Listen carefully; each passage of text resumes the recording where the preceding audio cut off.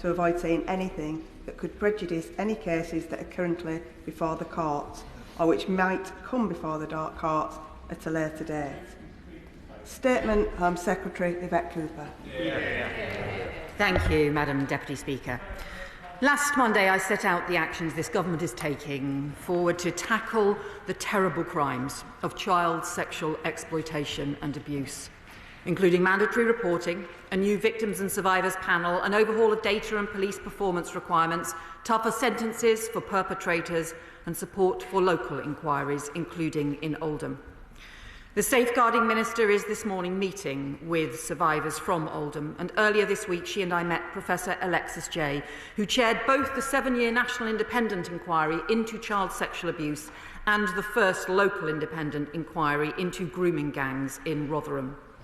Professor Jay's strongest message to us was that the survivors who bravely testified to terrible crimes committed against them must not be left to feel that their efforts were in vain, because despite all the inquiries, no one listened and nothing was done.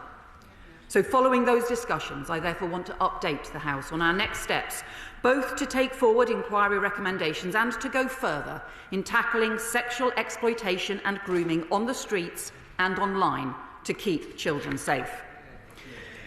The Independent National Inquiry into Child Sexual Abuse completed its final report in 2022. It took 7 years, heard 7,000 personal testimonies and considered 2 million pages of evidence.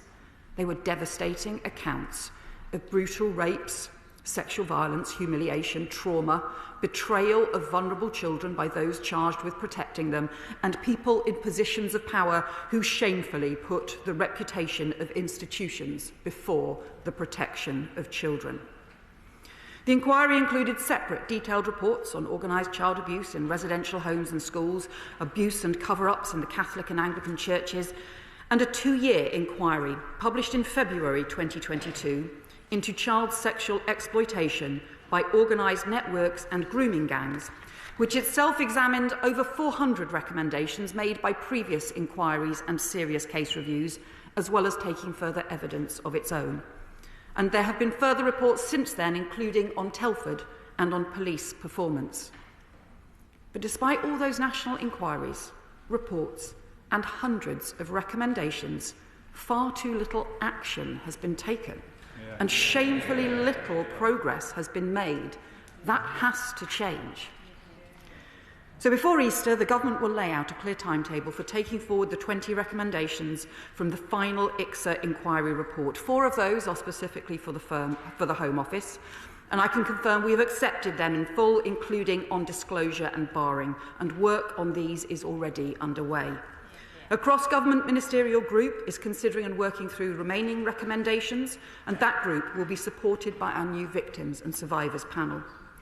In addition, I can confirm today that the government will implement all the remaining recommendations in the Child Abuse Inquiry's separate standalone report on grooming gangs from February 22, including updating key department education guidance. So let me turn to the areas where we need to go further. As I said last week, the most important task should be to increase police investigations into these horrific crimes and get abusers behind bars. We will introduce stronger sentences for child grooming, making it an aggravating factor to organise abuse and exploitation. And I can announce new action today to help victims get more investigations and prosecutions underway.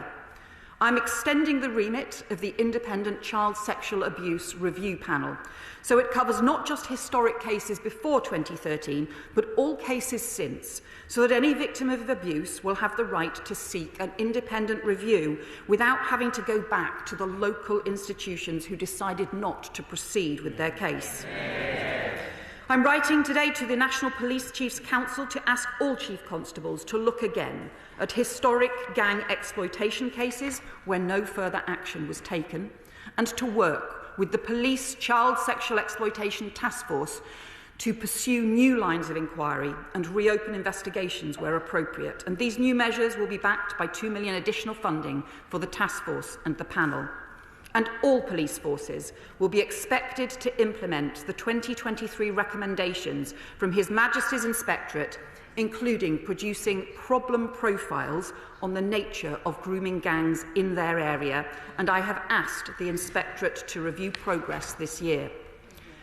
But as well as reviewing past cases, we also need much stronger action to uncover the full scale and nature of these awful crimes. The Child Sexual Exploitation Police Task Force, led by the National Police Chiefs Council, has estimated that out of the 115,000 child sexual abuse offences recorded by the police in 2023, around 4,000 involved more than one perpetrator. Of those, they identify around 1,100 that involved abuse within the family, over 300 involving abuse in institutions, and they identified 717 reported cases of group or gang-related child sexual exploitation. But we know the vast majority of abuse goes unreported, so we expect all of those figures to be a significant underestimate. The task force reports there are currently 127 major police investigations underway on child sexual exploitation and gang grooming across 29 different police forces. Many major investigations have involved Pakistani heritage gangs, and the police task force evidence also shows exploitation and abuse taking place across many different communities and ethnicities. But the data on ethnicity of both perpetrators and victims is still inadequate. As I said last week, we will overhaul the data we expect local areas to collect as part of a new performance management framework. But I've also asked the Child Sexual Exploitation Task Force to immediately expand the ethnicity data it collects and publishes, gathering data from the end of the investigation when a fuller picture is available, not just from the beginning when suspects may not yet have been identified. But in order to go much further, I have asked Baroness Louise Casey to oversee a rapid audit of the current scale and nature of gang-based exploitation across the country and to make recommendations on the further work that is needed. The specific 2022 ICSA report, Child Sexual Independent Inquiry report on gang exploitation, concluded that an accurate picture of the prevalence of child sexual exploitation could not be gleaned from the data and evidence that it had available. So this audit will seek to fill that gap. It will look at further evidence that was not previously available, including that collected by the Police Task Force and including the new problem profiles compiled by police forces, and it will include an equivalent audit of child protection referrals. It will properly examine ethnicity data and the demographics of the gangs involved and their victims, and will look at the cultural and societal drivers for this type of offending, including amongst different ethnic groups. And it will make recommendations about further analysis, investigations and actions that are needed to address current and historic failures. Baroness Louise Casey was the author of the No Holds Barred 2015 report into child sexual exploitation in Rotherham, and I have therefore asked her to oversee this rapid 3-month audit ahead of the launch of the Independent Commission into Adult Social Care. In many areas across the country, the focus must now be on further police investigations and implementing recommendations to improve services. But we will also provide stronger national backing for local inquiries where they are needed to get truth and justice for victims and survivors. The Prime Minister and I both met last week with survivors from Telford, who had enormous praise for the way that that local inquiry was conducted after there had been failings over very many years. And that inquiry led to tangible change, including piloting the introduction of CCTV in taxis, appointing child sexual exploitation experts in local secondary schools. And as we've seen, effective local inquiries can delve into far more local detail and deliver more locally relevant answers and change than a lengthy nationwide inquiry can provide. So Tom Crowther, KC, chair of the Telford inquiry, has agreed to work with the government to develop a new framework for victim-centred, locally led inquiries where they are needed, and as a first step, to work with Oldham Council and up to 4 other pilot areas. That will also include support for local authorities who want to explore other ways to support victims, including local panels or drawing on the experience of the Independent Inquiry Truth Project. And, Madam Deputy Speaker, the Government is already drawing up a duty of candour as part of the long-awaited Hillsborough Law. So we will also work with mayors and local councils to now bolster the accountability mechanisms that can support and follow up local inquiries to ensure that those who are complicit in cover-ups or to try to resist scrutiny are always robustly held to account and truth and justice are never denied. This new package of national support for local inquiries will be backed by £5 million of additional funding to get further local work off the ground, because at every level, getting justice for victims and protecting children is a responsibility we all share.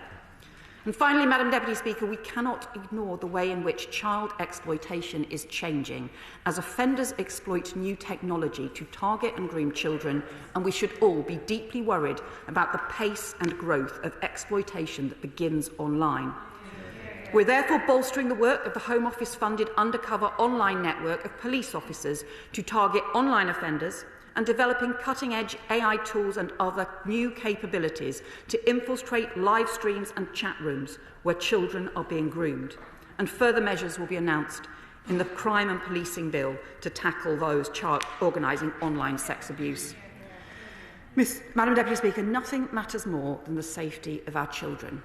Yet for too long, this horrific abuse was allowed to continue. Victims were ignored, perpetrators were left unpunished, and too many people looked the other way. And even when these shocking crimes were brought to light and national inquiries were commissioned to get to the truth, the resulting reports were too often left on the shelf as their recommendations gathered dust.